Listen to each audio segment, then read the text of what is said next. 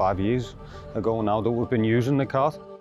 It's been a journey of exploration and learning for the company. It's been really good. You know, the batteries are exactly the same battery as when we launched, which I think is really impressive when you think that we've had well over 2,000 charging cycles. Even with the powertrain, you know, it really means that there's no maintenance with this product. And I think this is really a credit to the guys at Rotax to develop such a robust car. And if you look at the performance, when you consider the weight that we carry at the moment, it is really impressive.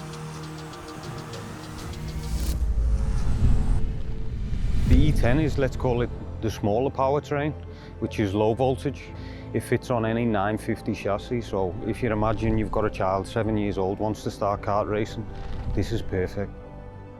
For the maintenance side, as I said before with the E20, there is no maintenance, so it's very, very simple to enjoy the sport. I think it's really nice what we're doing with the E10. The first 12 that aren't ranked to go into the final, they come to us, we take off the combustion engine and we install the E10 powertrain and the batteries for them and they get to race again. To install the E10 is easy, 15 minutes. It's on the kart ready to go. 45 minutes to charge.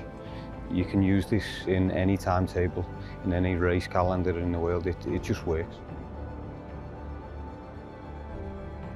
What I like about the kids testing the car, kids are always authentic. They tell you exactly how it is, and you see it in the eyes when they come in off the track. I haven't seen one kid get out of the kart and not like it.